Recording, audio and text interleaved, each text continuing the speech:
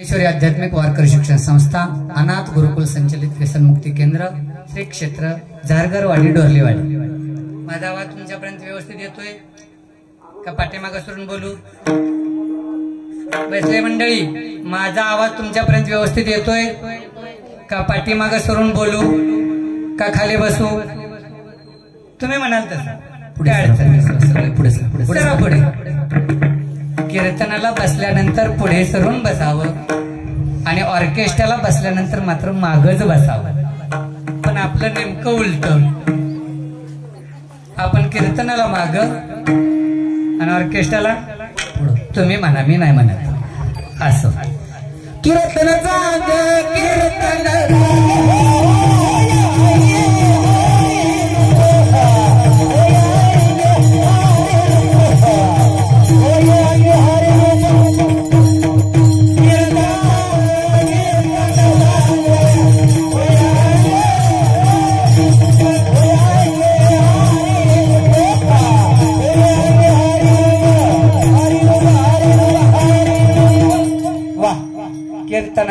कीर्तन चांग होय अंग हरिरूप, नाही का? कीर्तनात बसल्यानंतर होय अंग हरिरूप एवढं लक्षात ठेवायचं बरं। असो, या ज्ञानेश्वरी आध्यात्मिक वारकरी शिक्षण संस्थेबरोबरच हरिभक्त पारायण संस्थापक शिवाजी महाराज शेळके डोरलेवाडीकर खूप मोठा महाराजांचा संकल्प आहे बरं। कारण कोणतंही सत्कार्य करत असताना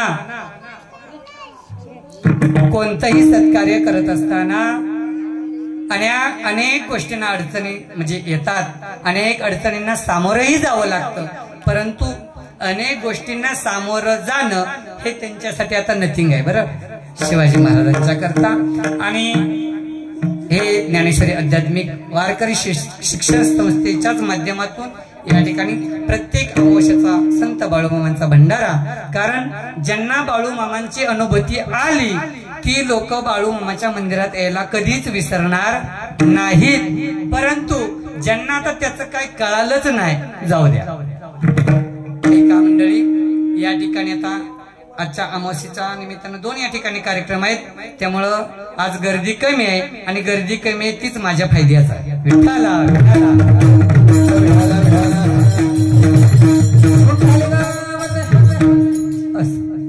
ऐका,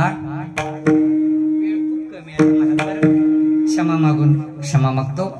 आपल्याकडे फक्त एकच तासाचा वेळ आहे, असो ऐका। सर्वांनी माझ्याकडे लक्ष द्यायचं, माझ्याकडे बघायचं, इकडे तिकडे कुठेही दुसरीकडे लक्ष द्यायचं नाही। कारण हे बुवा उद्या बघाय का नाही, बघीन म्हणलं तरी बघायला मिळणार, म्हणजे मी काय लगेच जाणार नाही आहे, ऐका। परंतु मंडळी या ठिकाणी महाराजांनी प्रमाण दिलं, कीर्तन चांग होय अंग हरिरूप। याच्याकरता एक असावं लागतं की ठाईच बैसोनी करा एक चित्त आवडी अनंत अळवावा, नाही का?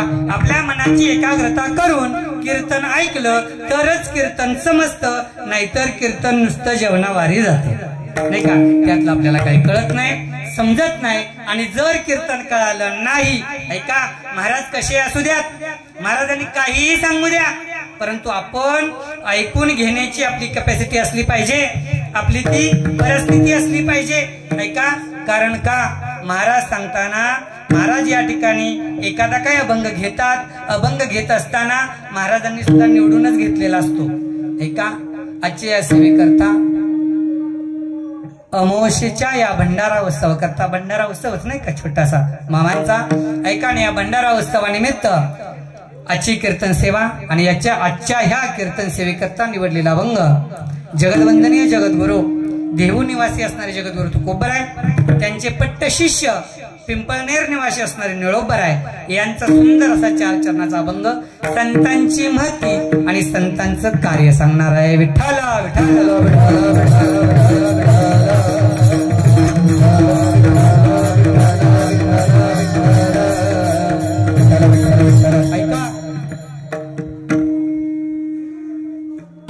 कीर्तन सांगत असताना कीर्तन करायला कीर्तनाचा अभंग घेता यावा नाही का? नाही, कीर्तनकार सगळेच अभंग घेतात, परंतु प्रसंगावधान साधून या ठिकाणी अभंग असावा.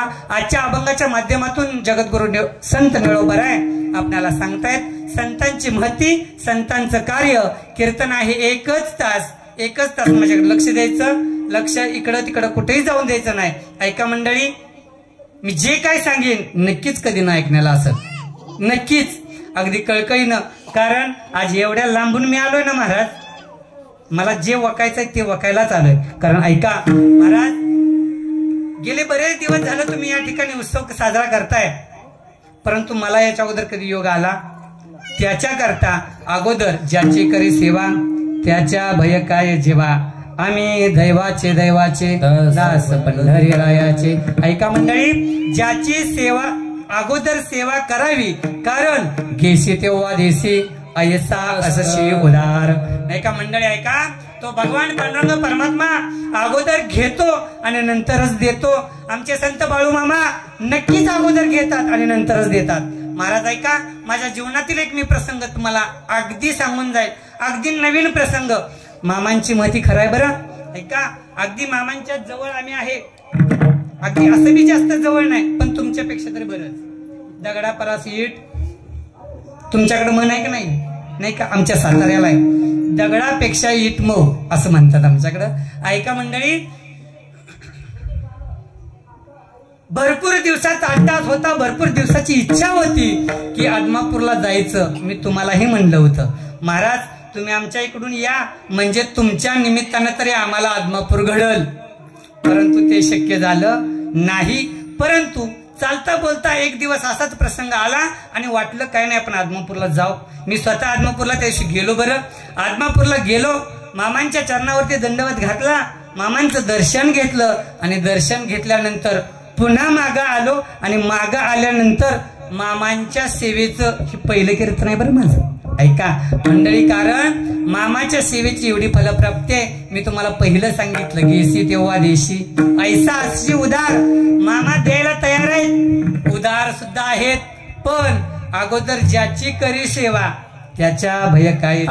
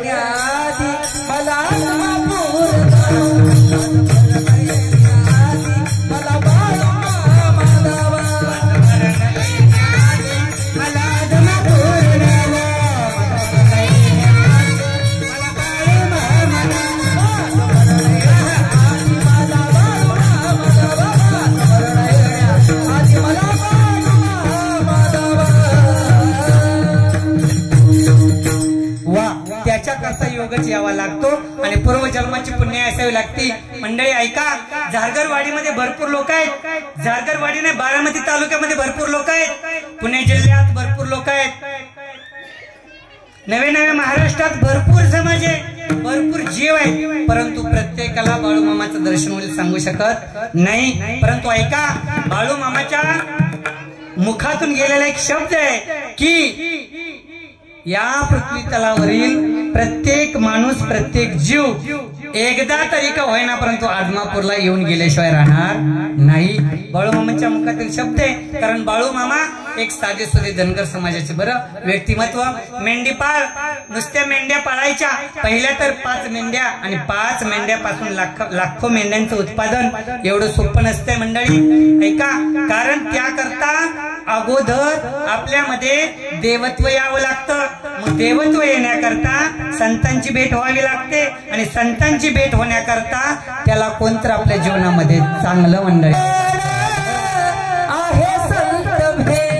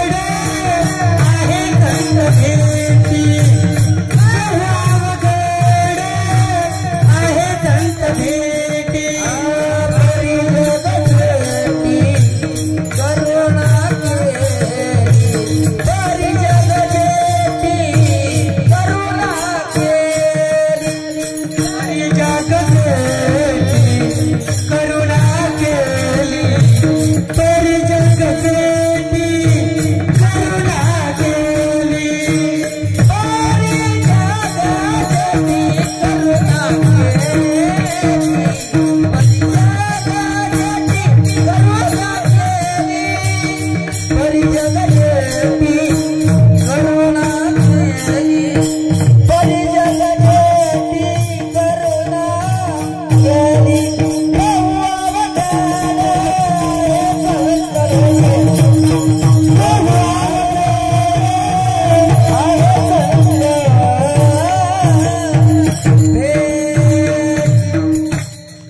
अवघड आहे संत बेटी बरे जग जेठी करुणा केली नाही का मंडळी का जीवनामध्ये संतांची भेट होणं फार अवघड आहे एवढा सहज होत नाही कारण भक्ती तो कठीण शळावरील पोळी भक्ती दिसती एवढी सोपी नाही बसणाऱ्या मंडळींना किती बरं वाटत असेल महाराज भराय गोरा घोमटाय फेटा गुणलाय शर्ट घातलाय धोतर घातलंय नाही का जाताना 5-10 हजार रुपये घेऊन पण जाईल बरं आहे महाराजाचं आणखी जेवण करून जाईल ऐका मंडळी पण महाराज बी होणं एवढं सोपं राहिलेलं नाही बाई काय झालंय ऐका तो माझा विषय नाही पण ऐका मंडळी कारण बहु अवघड आहे संत भेटी परी जग जेठी करुणा केली कारण संतांची भेट होणं जीवनामध्ये फार अवघड गोष्ट आहे फार अवघड गोष्ट आहे फार अवघड गोष्ट आहे त्याच्याकरता एक वेळ तर एका ठिकाणी तुकोबराय सांगतात देव भेटणं सोपं आहे पण संतांची भेट होणं फार अवघड आहे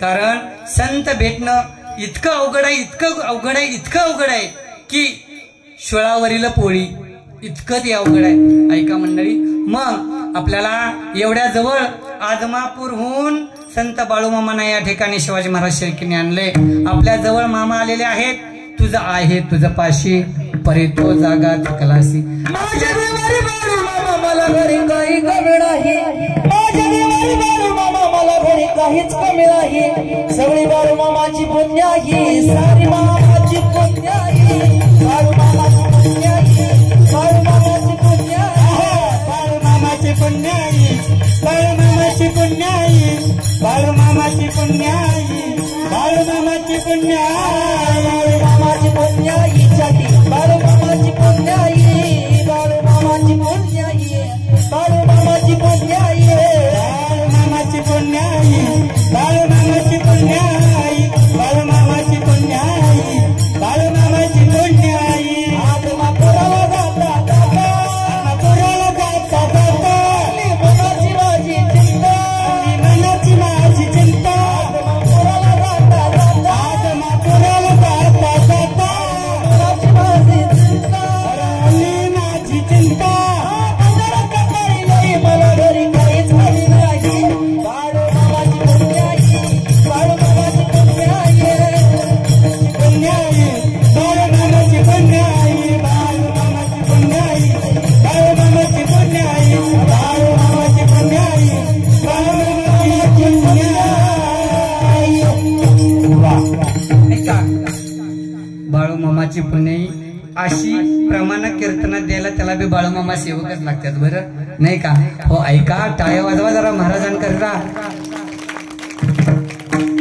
कारण आपल्याची किंमत आपणच करायची असते तरच होत असते नाहीतर हो ऐका मंडळी चला पुढं आता विषय राहून जाईल मला तुम्हाला एक सांगायचंय जीवनामध्ये असं काय कार्य करा की बस जीवनामध्ये असं काय कार्य करा की आपली कीर्ती आपण गेलं तरी अजमरावर राहावी आपण गेल्यानंतर सुद्धा आपलं नाव राहावं काही लोक असे आहेत की एकदा त्यांना सावडलं ना तुमच्याकडे सावडलं एकदा की विषय कट आला तसा गेला आणि गेला तीच बरं झालं वय बरं झालं ऐका बरं झालं सांगायचं मला हे की आपण आपल्या जीवनामध्ये कसं राहावं संत महात्मे ज्या मार्गाने गेले संत महात्म्यांनी जो मार्ग दाखवला त्या मार्गाने आपण गेलो तर देवाची प्राप्ती होणं अतिशय अवघड नाही असं तुकोबरांचं सरळ सरळ म्हणणं आहे निळोबरांचं सरळ सरळ हरि प्राप्ती से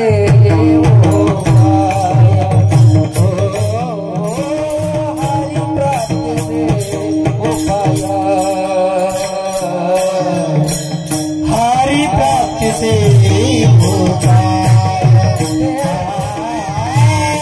हरि प्राप्ति से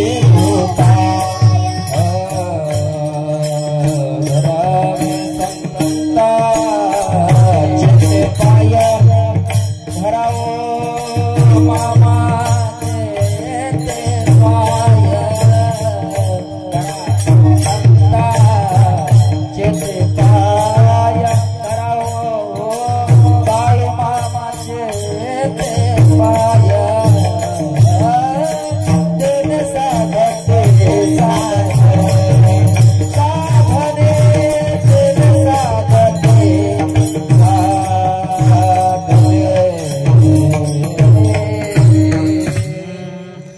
प्राप्तीस उपाय धरावे संतांचे ते पाय. नाही का? हरीला प्राप्त करून घेत असेल तर संतांच्या बरोबरीने गेल्याशिवाय हरी मिळत नाही असं सरळ सरळ म्हणणं तुकोबरायांचं आहे. बर बर बर बर तुकोबराय, तुम्ही म्हणताय हे आम्हाला मान्य आहे, परंतु तुमच्यापर्यंत पोहोचण्याकरता आम्ही आमच्या जीवनामध्ये देवापर्यंत पोहोचण्याकरता संतांची संगत करा असं तुम्ही सांगता.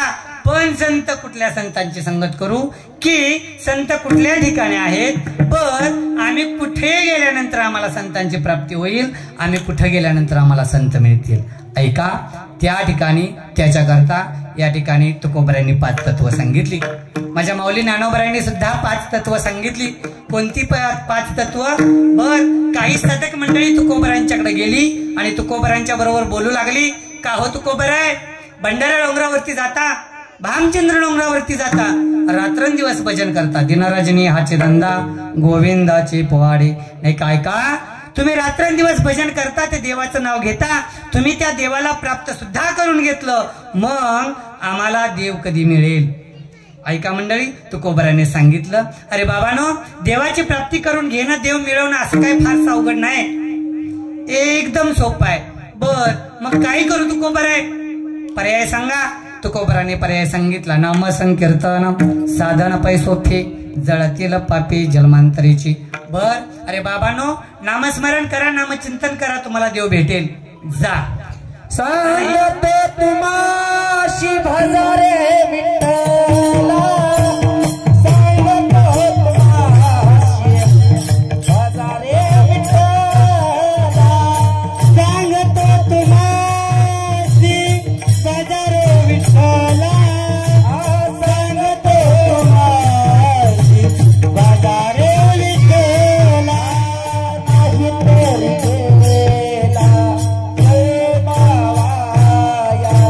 नाही तरी गेला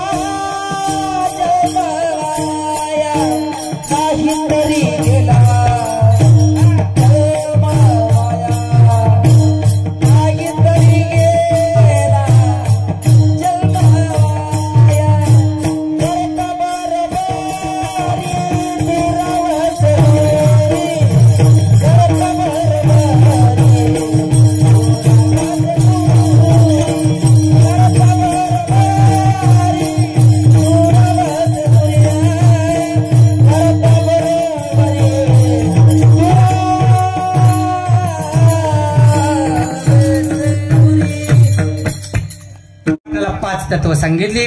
तुम्हाला संतांची प्राप्ती पाहिजे, संत जीवनामध्ये पाहिजेत, संतांची संगत पाहिजे ना. ऐका, 5 तत्व. कुणालाही देव म्हणाय जायचं नाही, कुणालाही संत म्हणाय जायचं नाही आणि कुणाच्याही नादाला लागायचं नाही. ही 5 तत्व ज्या ठिकाणी आहेत त्या ठिकाणी संत आहेत. ऐका, मग ती 5 तत्व कोणती? अभंगामध्ये सांगताय तुकोबराय. 5 तत्व आहेत. पहिलं तत्व आहे क्षेत्र. आता क्षेत्र होण्याकरता दुसरं तत्व आहे तीर्थ. क्षेत्र, तीर्थ, देवता. तिसरं तत्व आहे देवता. चौथं तत्व आहे संत आणि 5वं तत्व आहे उपासना. 5 गोष्टी, 5 तत्व ज्या ठिकाणी आहेत त्या ठिकाणी स्वतः देव आहे, त्या ठिकाणी स्वतः संत वास्तव्य करतात, राहतात. पहिलं तत्व सांगितलं क्षेत्र. आपण कोणत्याही गावाला क्षेत्र म्हणू, क्षेत्र जमेल का? नाही. त्याच्याकरता राहिलेले 4 तत्व त्या ठिकाणी मिळते जुळते असावे लागतील, त्याशिवाय संतांची भूमी होत नाही. मंडळी ऐका, लक्ष द्या. पहिलं तत्व आहे क्षेत्र, दुसरं तत्व आहे तीर्थ. तीर्थ म्हणजे नदी, नाही का? नदी आहे कुठं? क्षेत्र कोणतं आहे? क्षेत्र आळंदी आहे. नाही हो, पण आळंदीला क्षेत्र नाही म्हणता येणार. कसं क्षेत्र म्हणायचं? काय ते आळंदीत असं क्षेत्र म्हणण्यासारखं? आळंदी हे गाव पुण्यभूमी गाव, आळंदी हे गाव पुण्यभूमी गाव, आळंदी हे गाव पुण्यभूमी गाव.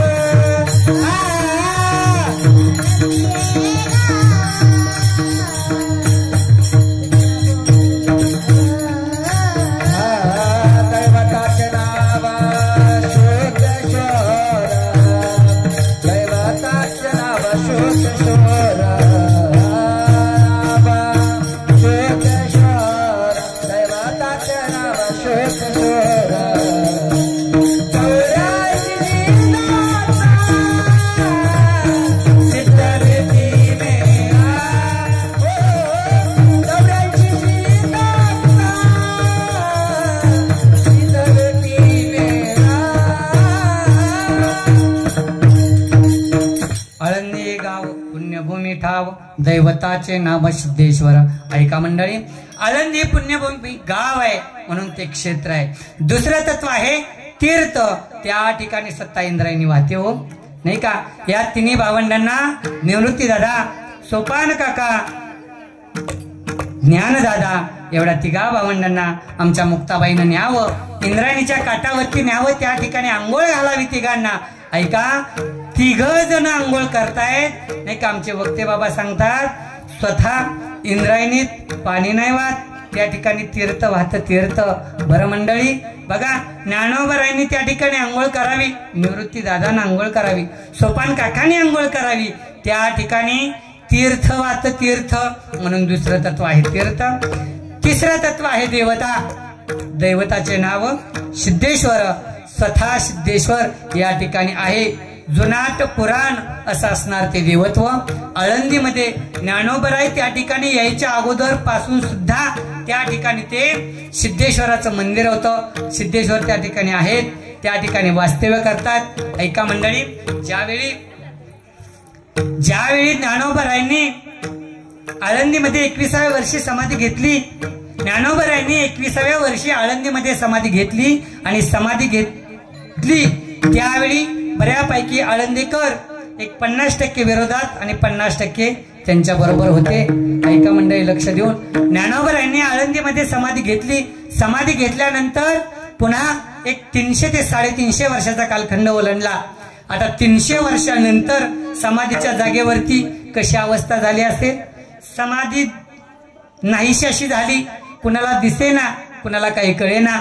ऐका मंडळी, त्याच्याकरता पुन्हा नंतर 300 वर्षानंतर माऊली ज्ञानोबरायांना स्वतः एकनाथ महाराजांच्या स्वप्नात जावं लागलं आणि स्वप्नात जाऊन एकनाथ महाराजांना माऊली ज्ञानोबरायांनी सांगावं, नाथ बाबा, आळंदी या ठिकाणी माझी समाधी आहे आणि त्या ठिकाणी मी समाधीस्थ आहे. बरं, पण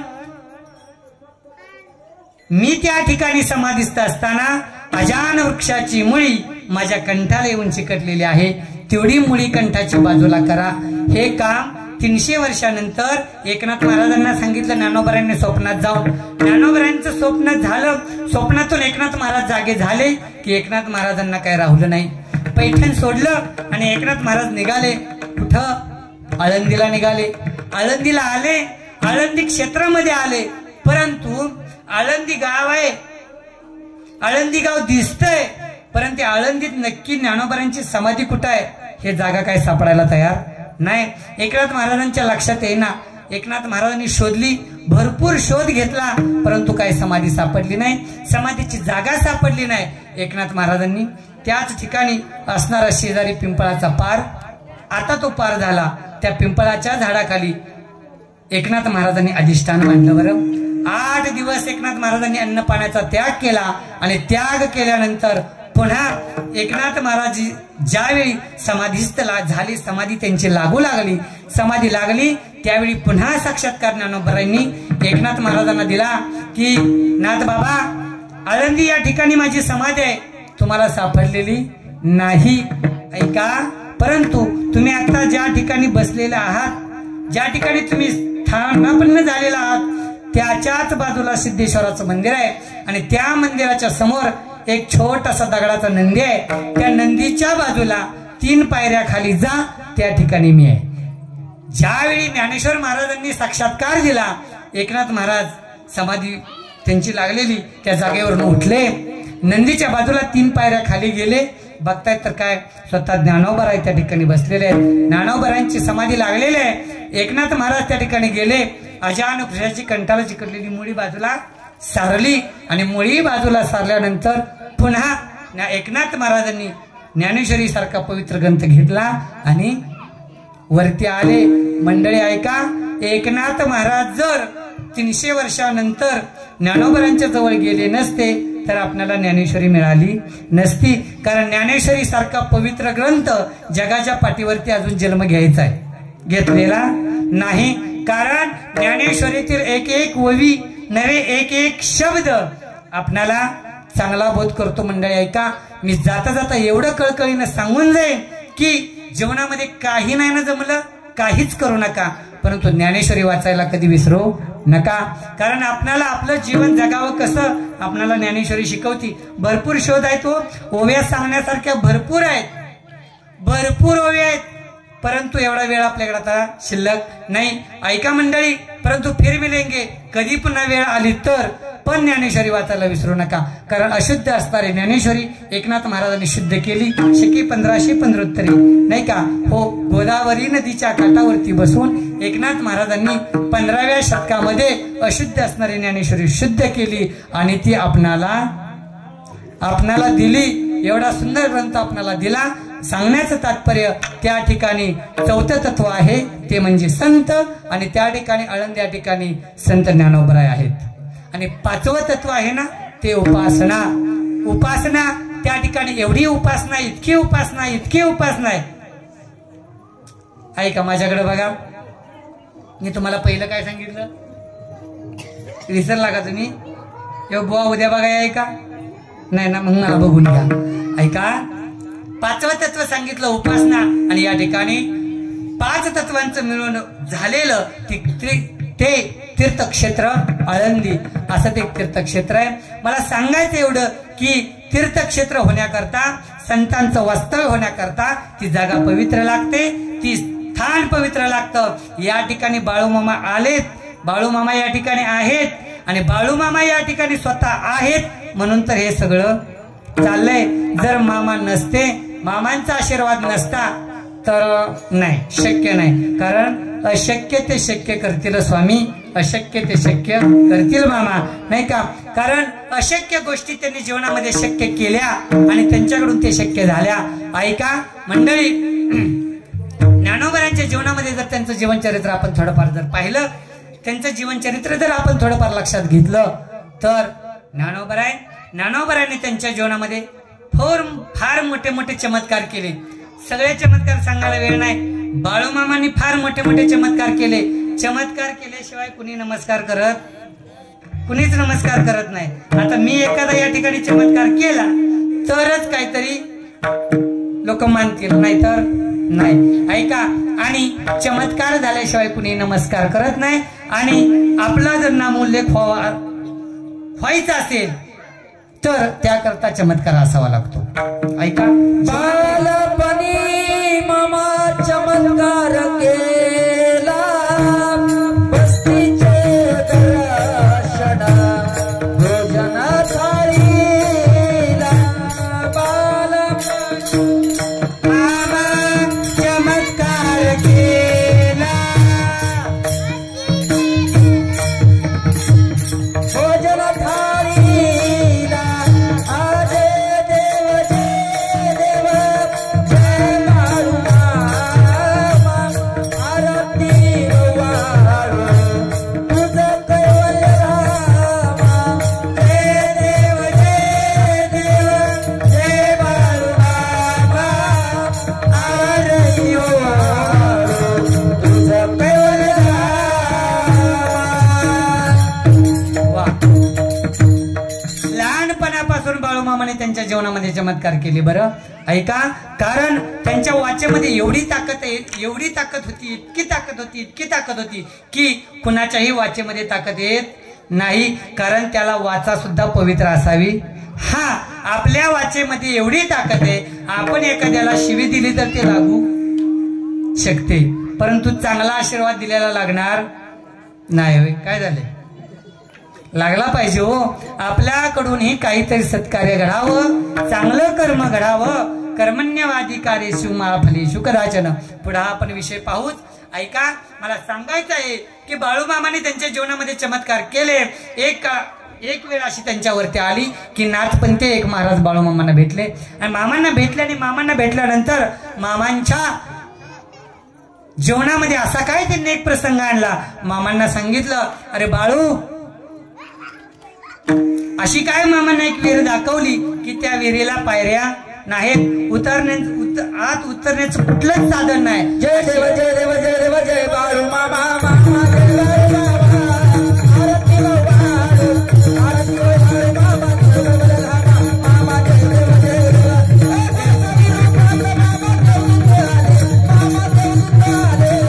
बाळू मामा जय जय सत्य अरे वीर मामा पाणी पाणी मामा पाणी पाणी आशीर्वाद दे मामा प्रसन्न झाले.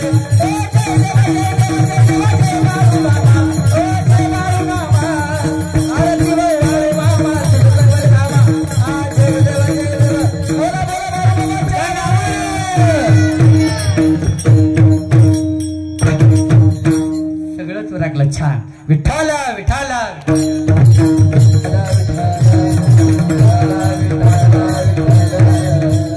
ऐका.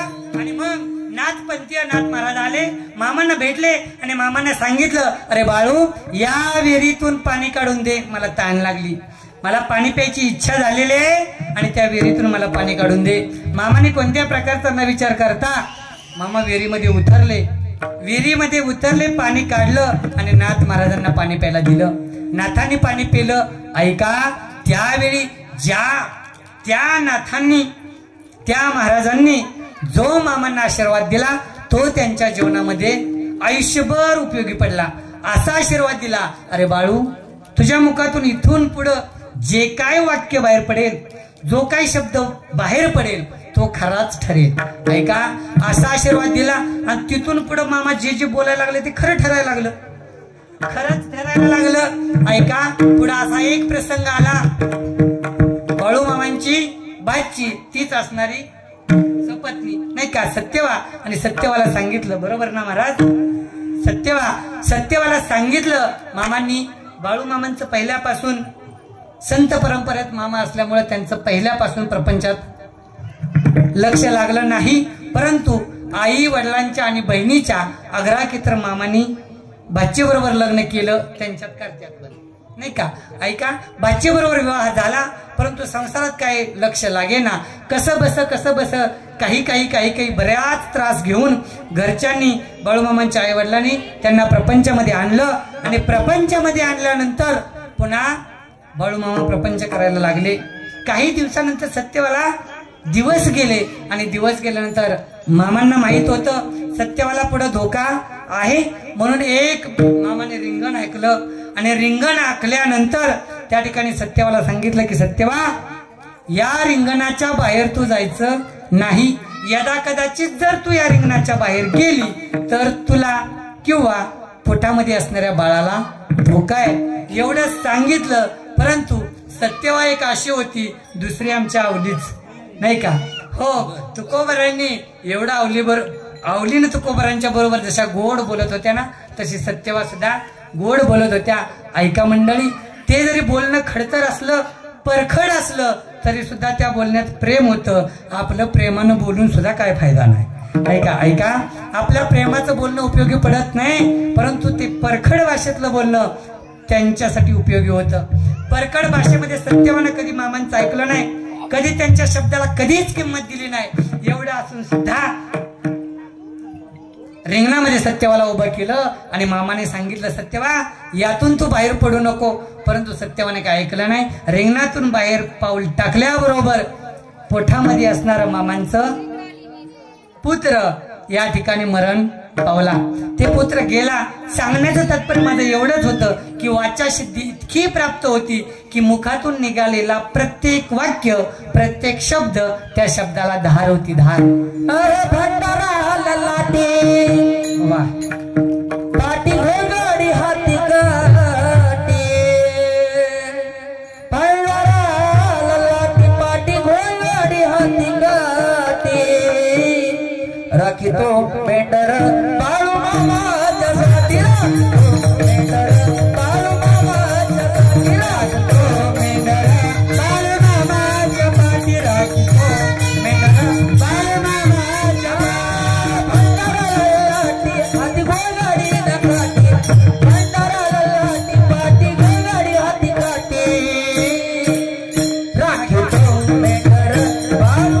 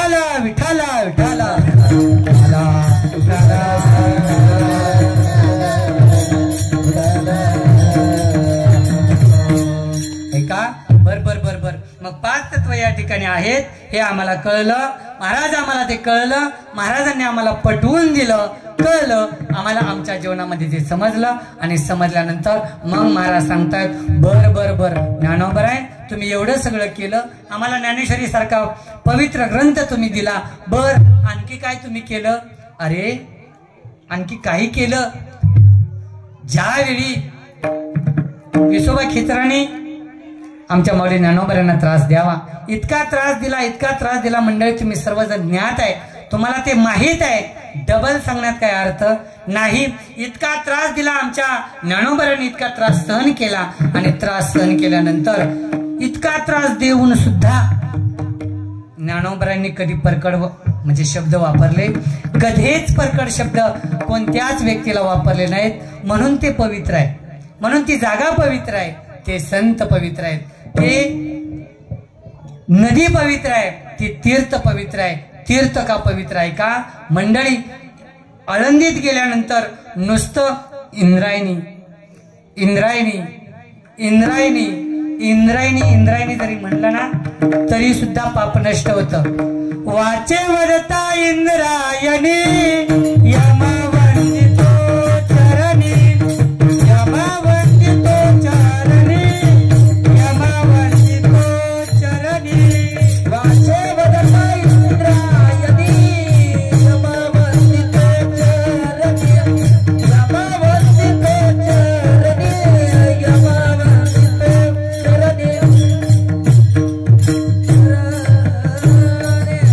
वाचे वदता इंद्रायणी यमवंदितो चरणी. नुसतं आळंदीत जाऊन इंद्रायणी इंद्रायणी जरी म्हणलं ना तरी यम आपल्या पाया पडतो.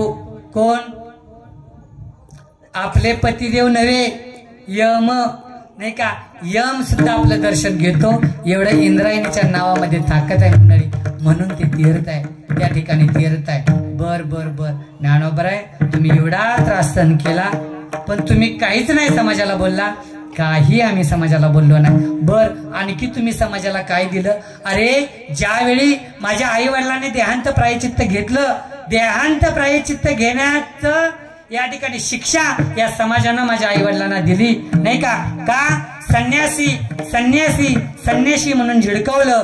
त्याच्यानंतर आम्हाला सुद्धा संन्यासी संन्यासी म्हणून संपूर्ण आळंदीकरांनी आम्हाला झिडकवलं. आम्ही शुद्धीपत्र मागण्याकरता गेलो, ब्रह्मसभेत आम्ही त्या ठिकाणी गेलो, आम्हाला शुद्धीपत्र दिलं नाही. शुद्धीपत्र मिळवण्याकरता आम्हाला ब्रह्मसभेत सांगितलं तुम्ही पैठणला जा आणि पैठणला गेल्यानंतर तुम्हाला तिथं शुद्धीपत्र मिळेल. त्याकरता आम्ही पैठणला गेलो. पैठणला जात असताना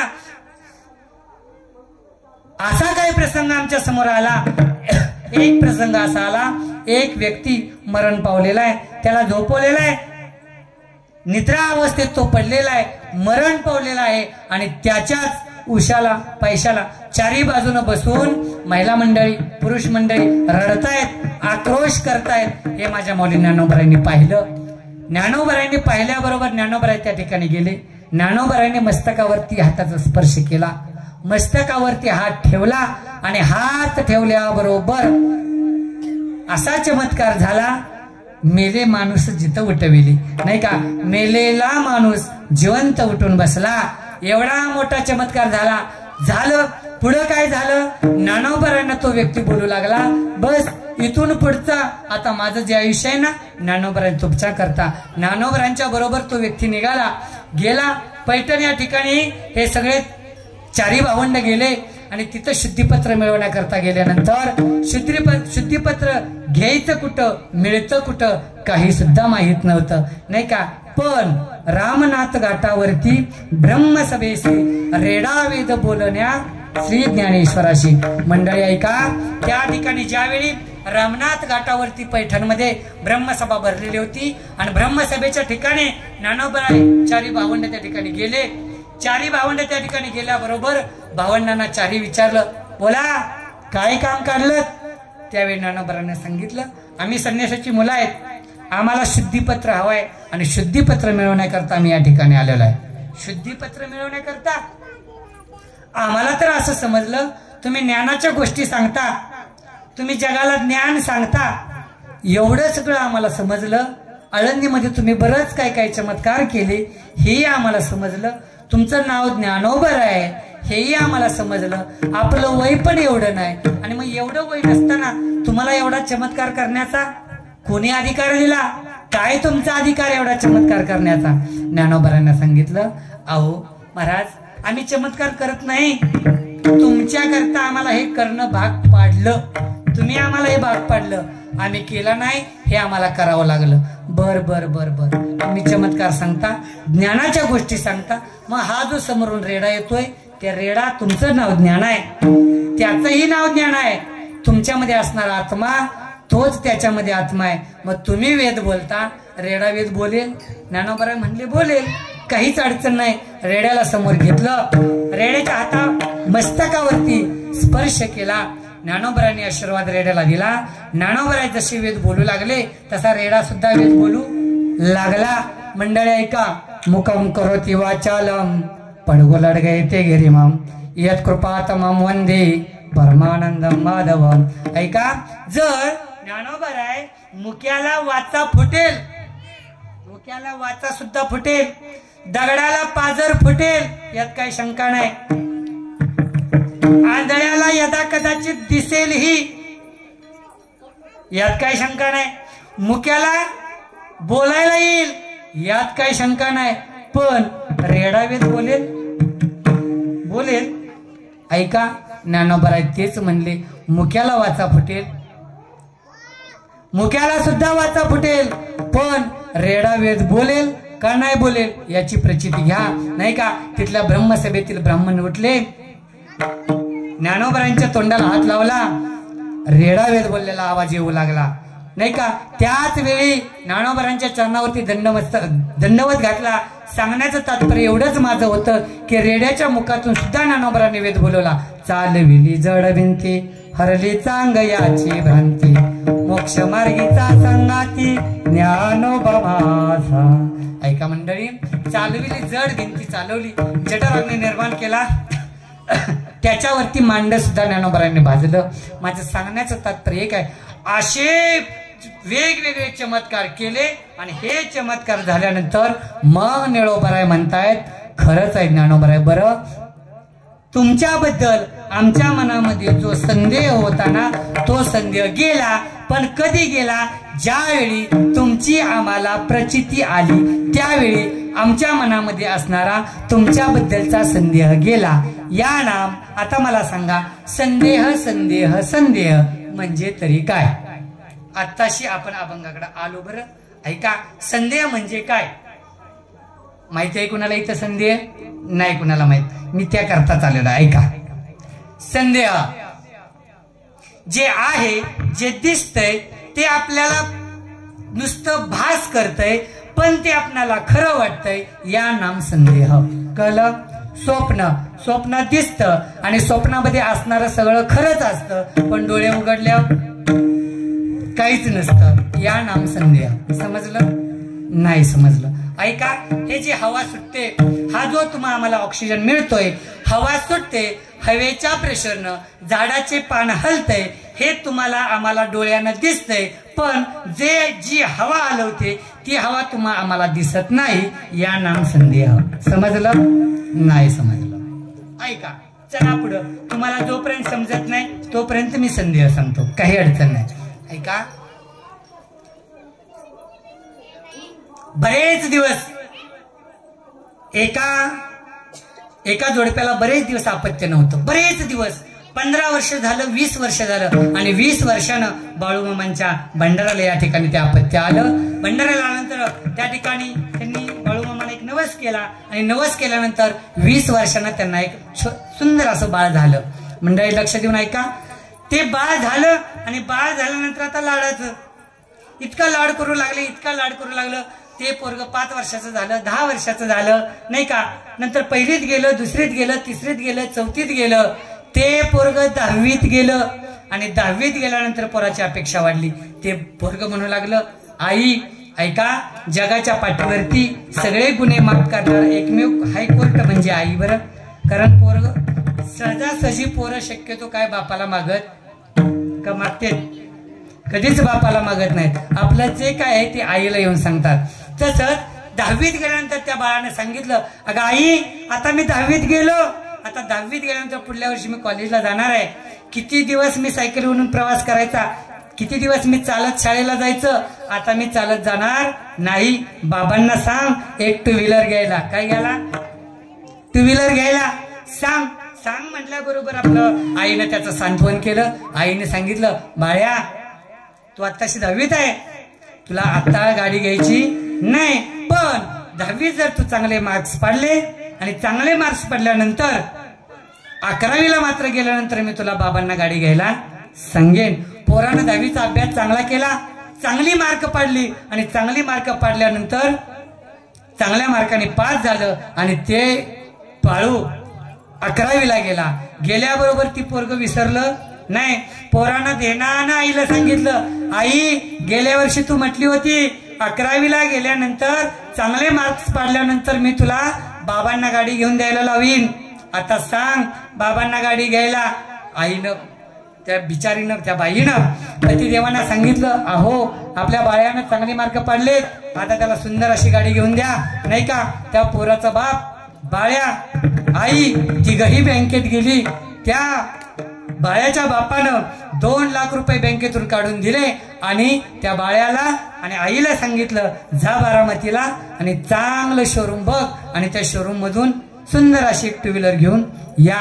माया लेकरं दोघं बारामतीला गेली आणि बारामतीत जाऊन त्या ठिकाणी शोरूमला गेली. शोरूम मध्ये जाऊन त्यांनी गाडी बुक केली, गाडी घेतली, गाडी खरेदी केली, गाडी शोरूम मधून बाहेर काढली, पूजा केली आणि बाळ्या गाडीवरती बसला.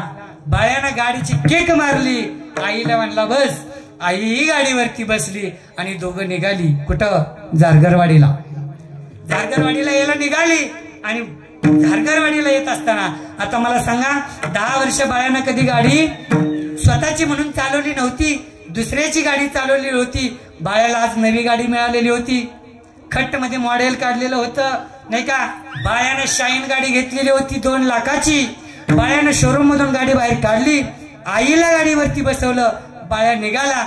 हायवेला बाळ्या लागला. हायवेला लागल्यानंतर गाडीची रेस अशी वाढवली, अशी वाढवली, गाडी सुसाट पळू लागली. ती नावाची शाईनच आहे हो, नागिन, नाही का. गाडी एवढ्या वेगानं पळू लागली, इतक्या वेगानं पळू लागली, जसजशी गाडी पळू लागली भरधाव वेगानं वार लागायला लागलं, हवा लागायला लागली. बाळ्याची आई पाठीमाग बसलेले. बाळ्याची आई बाळ्याला सांगते, बाळ्या गाडी नवीन घेतलीये, 2 लाख रुपये खर्च केलेत, गाडी वेगाने चालवू नको. बाळ्या गाडी दमाने चालव, तू जेवढी रेस पेरणार आहे ना तेवढी गाडी पळणार आहे. बाळ्या गाडी दमाने चालव. जसजशी गाडी पळायला लागली ना तस तसा आईचा बीपी वाढायला लागला. आता बाळ्या कसा मला जारगरवाडीत नेतोय का डायरेक्ट वरच नेतोय?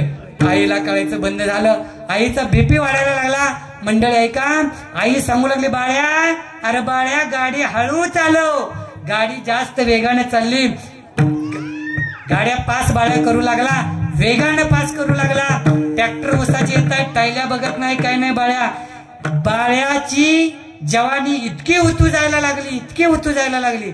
बाळ्याला त्या जवानीच्या धुंदीत काय सुचेना. बाळ्याची गाडी वेगानं पळू लागली, नाही का. एक एक एक एक गाडी पास होऊ लागली. बाळ्याची आई सांगू लागली, अरे बाळ्या गाडी हळू चालव, माझा बीपी लो व्हायला लागलाय, मला झटका येईल, मी मरेन. अरे बाळ्या गाडी हळू चालव, एखाद्या ट्रकला धडकशील, एखाद्या एसटीला धडकशील, नाही का. बाळ्या गाडी हळू चालव. बाळ्या ऐकतो का तवा? नाही. आई हळू चालव म्हणलं की बाळ्यानं रेस पिळलीच, नाही का. आणि बाळ्या वेगाने गाडी चालवू लागला. समोरून भरधाव वेगाने ट्रक येतोय, तिकडून बाळ्याची गाडी भरधाव वेगाने चालले. आई पाहते समोरून ट्रक येतोय, आपली गाडी वेगाने चालली. आई बाळ्याला सांगते, अरे बाळ्या समोरून ट्रक आलाय, गाडी हळू चालव. बाळ्या काय ऐकायला तयार नाही. समोरून अगदी 10 फुटाच्या अंतरावरती ट्रक आला, भरधाव वेगानं ट्रक आला. बाळ्याच्या आईनं डोळं मिटलं. बाळ्याच्या आईनं डोळं मिटलं आणि बाळ्याची आई म्हणली, बस आता आपण राहणार नाही. परंतु त्यातून सुद्धा त्या बाळ्यानं वाट काढून त्या ट्रकाला गाडी पास. मला माहिती आहे तुम्ही बाळ्याची गाडी वेगाने चाललेली होती, भरधाव वेगानं ट्रक सुद्धा येत होता, नाही का.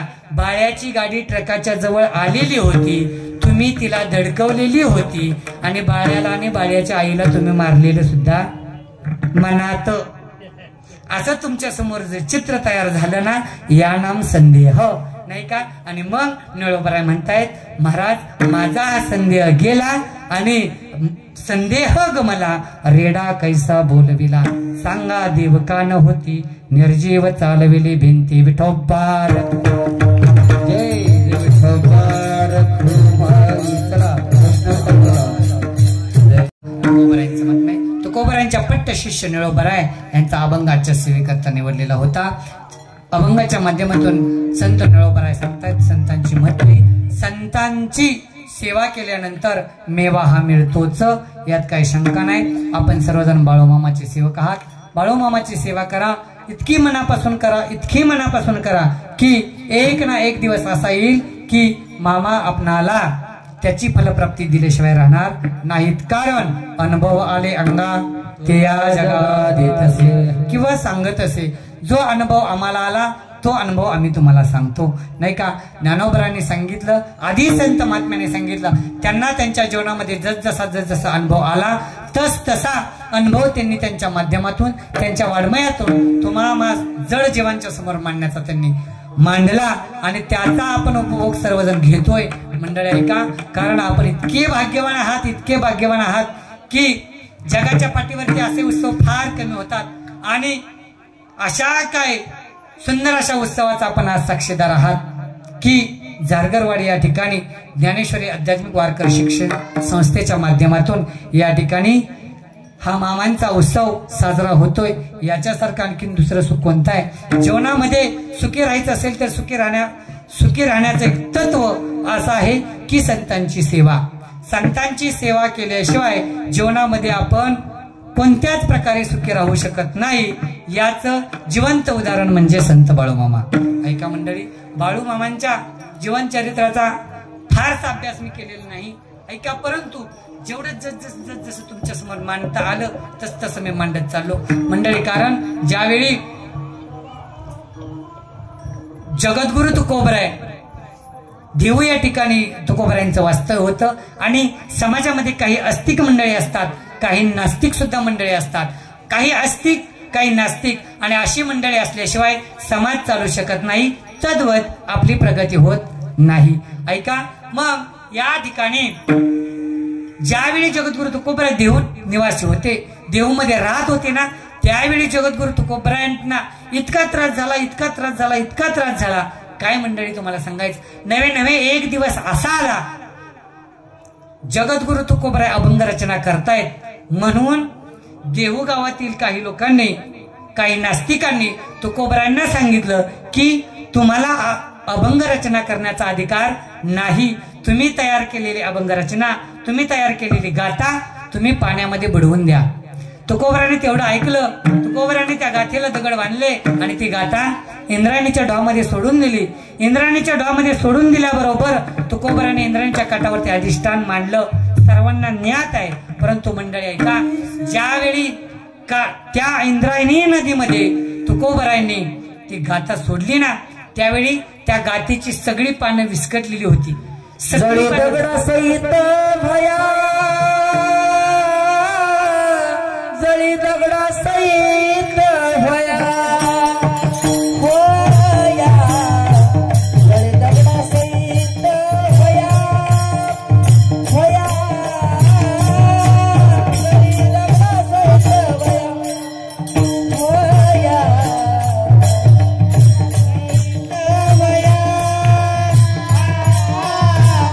जळी दगडा सहित भया, होया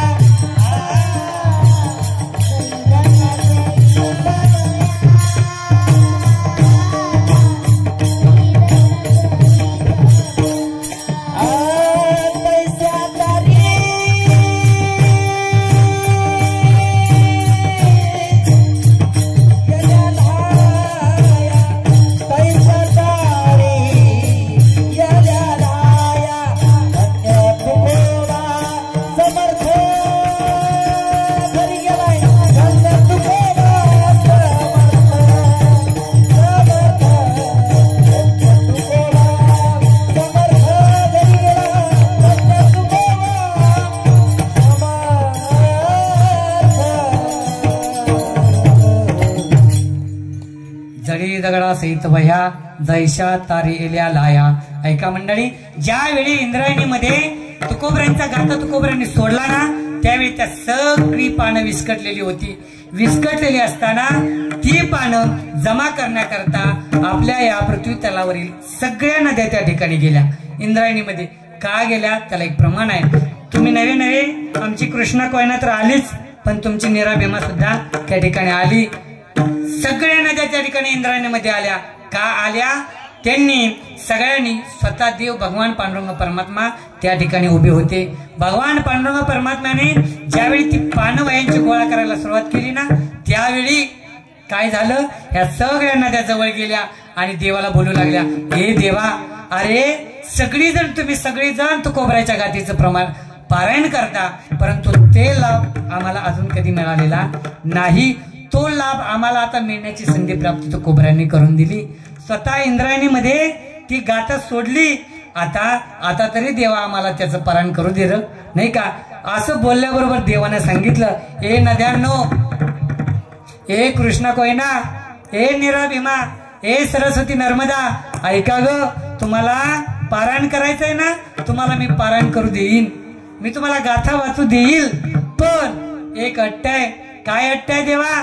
माझी एक अट्ट आहे की ज्यावेळी तुम्ही पारायण करणार आहे, तुमचं एक पान वाचून झालं की ते पान पलटी करण्याकरता तुम्ही त्याला स्पर्श करायचा नाही. ते मला सांगायचं, मी स्पर्श करणार, मी तुम्हाला ते पान उलटू देणार, मग तुम्ही वाचायचं नाही का. उदकी न लागता बुंद कोरडे कागद. मंडळी ऐका, 13 दिवस गाथा पाण्यात असून सुद्धा कोरडा गाथा वर येण्याचं कारण एवढं आहे, 13 दिवस तो गाथा देवानं स्वतः हातामध्ये धरलेला होता आणि त्याचं पारायण सर्व या तीर्थ सर्व नद्या त्याचं पारायण त्या ठिकाणी करत होत्या नाही का.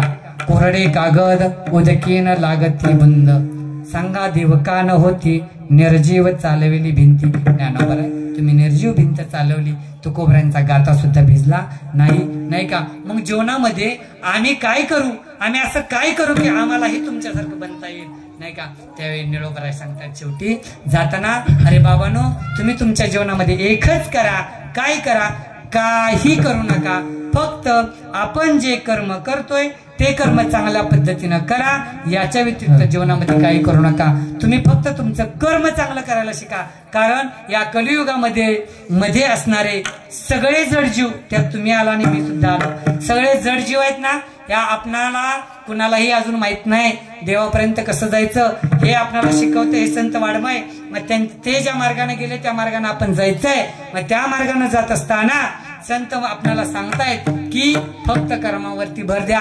जो व्यक्ती चांगलं कर्म करतो ना, त्याला त्याच्या जीवनामध्ये काहीच कमी पडत नाही. उदाहरणार्थ शिवाजी महाराज शेळके, मी त्यांचं नाव का घेतो, त्यांच्याकडे तर काहीच नाही, काही नसताना त्यांनी एवढं उभं केलं. शेतीवाडी असून सुद्धा आम्ही महाराज एवढं करू शकलो नाही आणि आम्ही होईल का नाही माहित नाही, परंतु तुम्ही केलं. इज इक्वल टू बाळूमामाचा आशीर्वाद बरं तुम्हाला. ऐका, कारण हे एवढंच सहजासहजी शक्य गोष्ट होत नाही. कर्मण्यवादी कार्येषु मा फलेषु कदाचन. मंडळी, एकदा मोठ्या जोशानं एकदा ज्ञानोबरांचं भजन करा. मी जाता तुम्हाला एकदाच आहे ना कर्म सांगेल आणि लगेच आपण आपली सेवा संपवू. ज्ञानेश्वर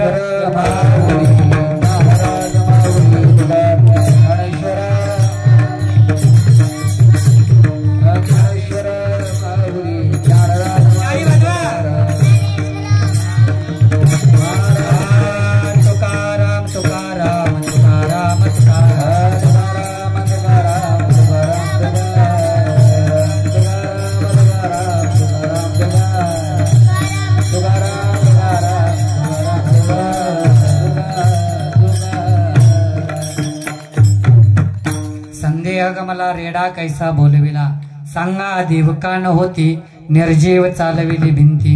कोरडे कागद उदकीन लागती बुंद, सांगा देवकान होती निर्जीव चालविली भिंती नाही का. निळा म्हणे खरा देवा संत पायी देती थारा नाही का.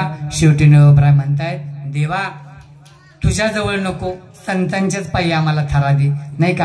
आम्हाला संतांच्या जवळ संतांच्या बरोबर राहण्याची संधी प्राप्त करून दे आणि ती संधी प्राप्त करून तू आम्हाला महाराजांनी दिली बरं. मामांची सेवा करण्याची संधी प्राप्त करून या ठिकाणी आपल्याला शिवाजी महाराजांनी दिलेले आहे. त्याचा सर्वांनी पुरेपूर उपभोग घ्या. कारण बघा कशाला जायला पाहिजे आदमापूरला? याच ठिकाणी आदमापूर आहे ना, झारगरवाडी हेच आदमापूर.